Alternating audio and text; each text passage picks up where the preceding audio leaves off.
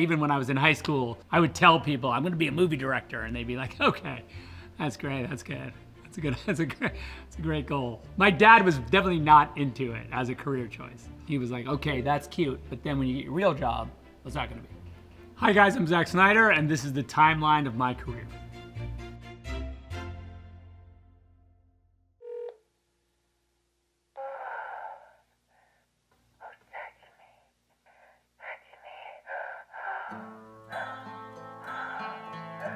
I'm trying to remember if Love is a Crime was the first. I think I might have still been in school when I did that video. I did look at it the other day and was like, wow, what the hell is that? Did I really do that? Clearly I needed the money. I have very little recollection of it other than I know that even for me in film school, there was no money. There was no budget. I just remember going, I don't know if I can film a thing for this amount of money. I'll try. I don't know where we're gonna get a model who will do it for this amount of money. Those things you want. Between Lizzie Borden and Dawn of the Dead, there's hundreds of TV commercials and dozens of music videos. And better ones than that, I might say. I did a bunch of kind of cool music videos as well along the way. I got better, I guess is the point. See!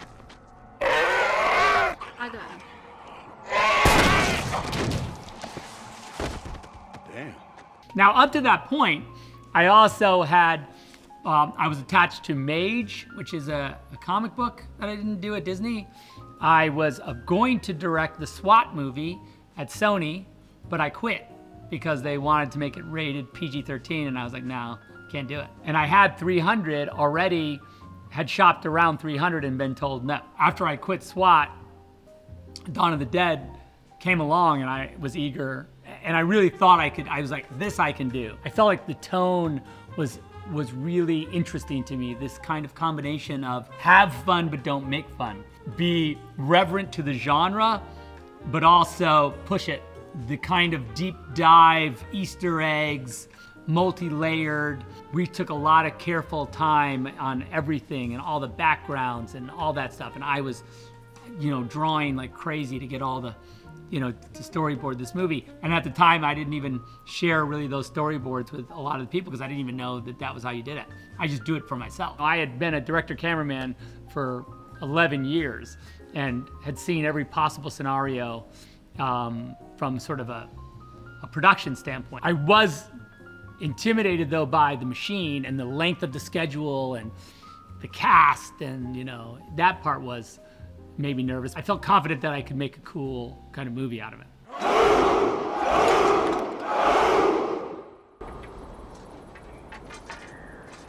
You see, old friend, I brought more soldiers than you did. 300 happened, I shopped it to Warner Brothers, and they said that they had a movie called Troy, and that it was a sword and sandals movie, and they said, like, here's the thing we have in our movie. We have a guy named, I don't know if you've known, his name's Brad Pitt. And and you have what now, a comic book? That's cute.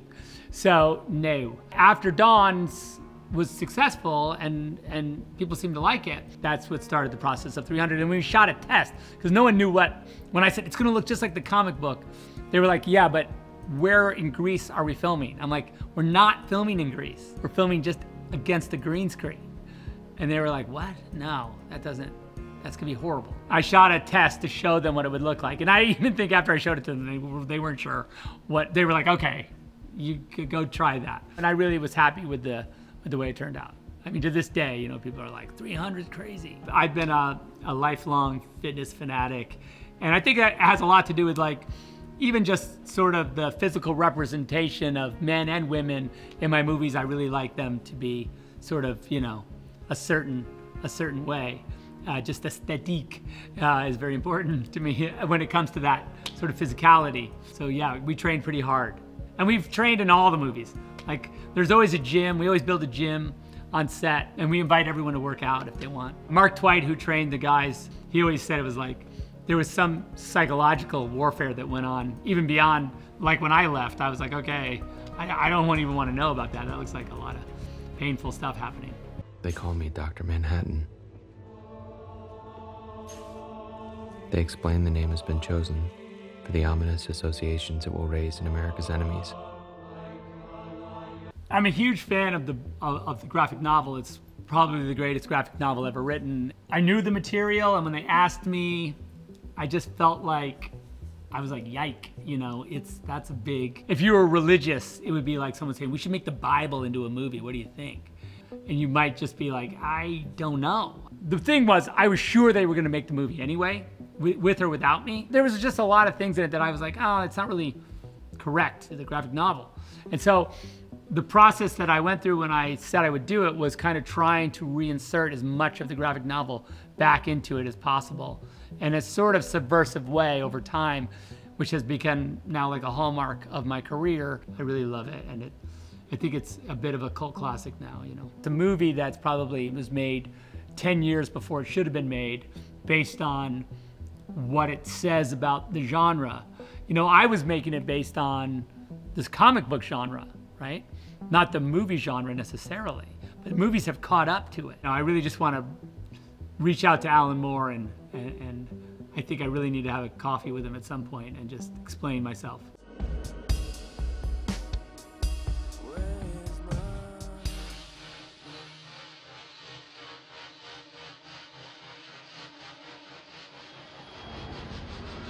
That was a movie I wrote with my friend Steve Shibuya, and Steve and I had been talking about the movie for a long time, actually. Because the movie to me is, you know, people don't acknowledge it, but you know, it's a protest movie in a lot of ways.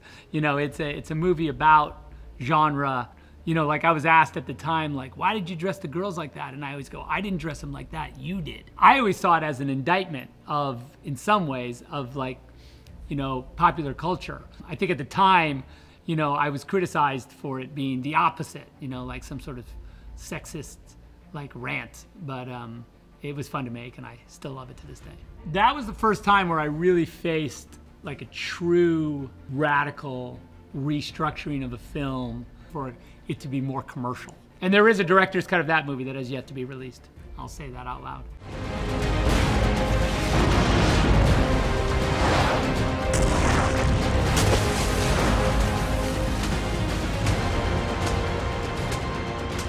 My friend Christopher Nolan called me and said, hey Zach, would you have any interest in making a Superman movie? David Goyer and I wrote a script, a Superman script, and I don't think I want to do it. Do you have any interest in it? And I was like, yes, yeah. And so he sent the script over and I read it and it was cool. He had seen Watchmen and really enjoyed it. I began the process of Man of Steel and casting a Superman and trying to say like, what is Superman for now, for us, for our generation? Like, what is Superman gonna be? I'm like, here's the guy I wanna play Superman. His name's Henry Cavill. And then I did the best I could. I would like filmed him with his cape on, with like flary cool backgrounds. I had him standing there in slow motion with the cape flapping and, you know, showed it to the studio and said like, right? And they were like, yeah, it's pretty, yeah, it's cool. Watchmen, yes, it's a complete deconstruction. Like you took the entire thing apart, the car. You took it completely apart. And then in Man of Steel, the thing was put the car back together now. That concept kind of goes across the entirety of the DC, of my DC run, in the sense that it was an exercise in construction and deconstruction and construction. We were gonna take the entire thing apart in BVS and then put the thing back together in Justice League and then take it apart again and then put it back together again. That was kind of the way we saw the whole thing going. Hello, good. Hi, hello, Lex, it is a pleasure. Ow, wow, that is a good grip. You should not pick a fight with this person. So, after all these years, we finally got you over to Metropolis. We imagined that there would be a world, possibly, where there would be a sequel to Man of Steel. And I think when, after the movie came out, and there was this discussion of going ahead with a sequel, it was pretty early in the process that we were like, gonna bring Batman into the movie. Once you say that out loud, like we should have Batman in the movie, it's hard to put that back in that toothpaste back in the tube, you know? Because like they're like, well, we should have a cooler guy than Batman, and then that doesn't exist, so you're kind of stuck with Batman now. Ben Affleck, you don't really need to pitch. It was more me convincing Ben that it was a good idea, you know, and he was hesitant, I'll be honest, because, you know, it's Batman, and the internet can be cruel, which it was. It's weird that now, you know, there's a huge cry for Ben Affleck to continue being Batman, which is ironic and fun. I like the cyclical nature of the internet. It's cool. It's poetic, truly. In BVS, when Ben smashes Superman on the head with the sink and then picks him up and carries him, throws him over the banister, and he lands on all the radiators, for some reason, and that down shot of Henry when Ben drags him out and his cape just goes across the radiators, and I don't know, for some reason that's one of those shots that I've just always loved, and if I hadn't made it, I would have thought it was cool. This world needs you.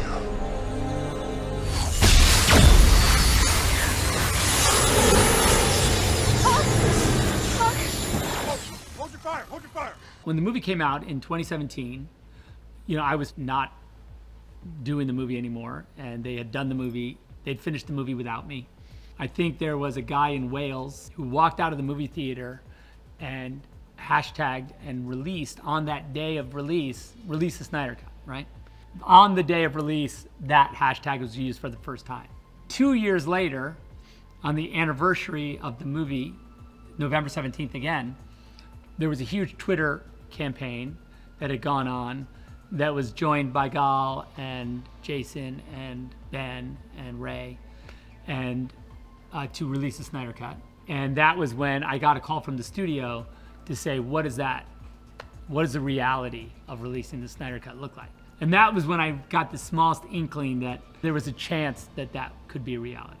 First thing they said was like, we want to release the Snyder Cut, but just in its raw form, unfinished, on HBO Max. And I was like, no, and I'll tell you why it's a no. It's a no for 3 reasons. One, if I release the movie, the internet leaves you alone. I don't know if that's a good idea or not. 2, if I release the movie in its raw form, you get all your viewers to HBO Max based on kind of, I don't want to say, just based on this rough version of the movie. And 3, you get to point at the movie and go, see, it's not that good. We were right. Look at how weird it's like. All those like previs and it's horrible. So I was like, that's a hard no. I said, well, can I at least come in and tell you what I think the best version of this would be? And so I went in and just kind of pitched them on finishing the movie correctly and Zack Snyder's Justice League and how we could market it and what it would mean to the fans and all that. And then they came over to my house and watched it. No one had ever seen this version of the movie. They were like, okay, we're inclined to do it. And then the truth is, I think that when the pandemic struck, a lot of the visual effects houses went down because they had no thing to work on. And we had a finished film.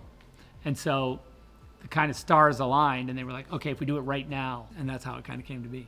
And I love the material, and so I'm excited for them when they come on set in their costumes. You know, it's just cool. I was like, look at you guys, this is so cool. It's like literally a labor of love. You know, I didn't get paid and I was happy to. When you make something purely for justice, to have it be received well is really the reward. What the fans have done for suicide prevention and mental health awareness, if no movie existed, that would be enough, you know? So when I finished the movie, it was just one of those things where I just felt like, I hope I did enough, you know, for the effort, because it was such incredible effort that the fans put forward, and yeah, so I thank them.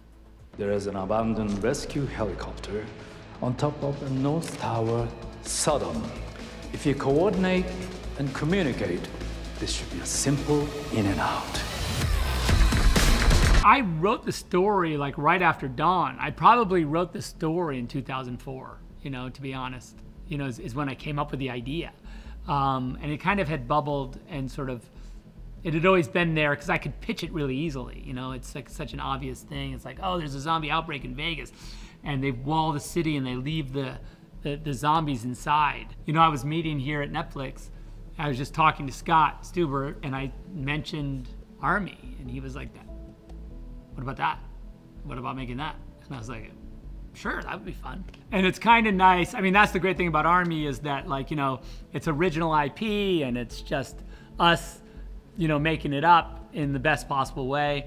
And I think that that's really refreshing for me. The thing about Army of the Dead that I really enjoyed, one of my favorite parts of it was shooting the movie as well.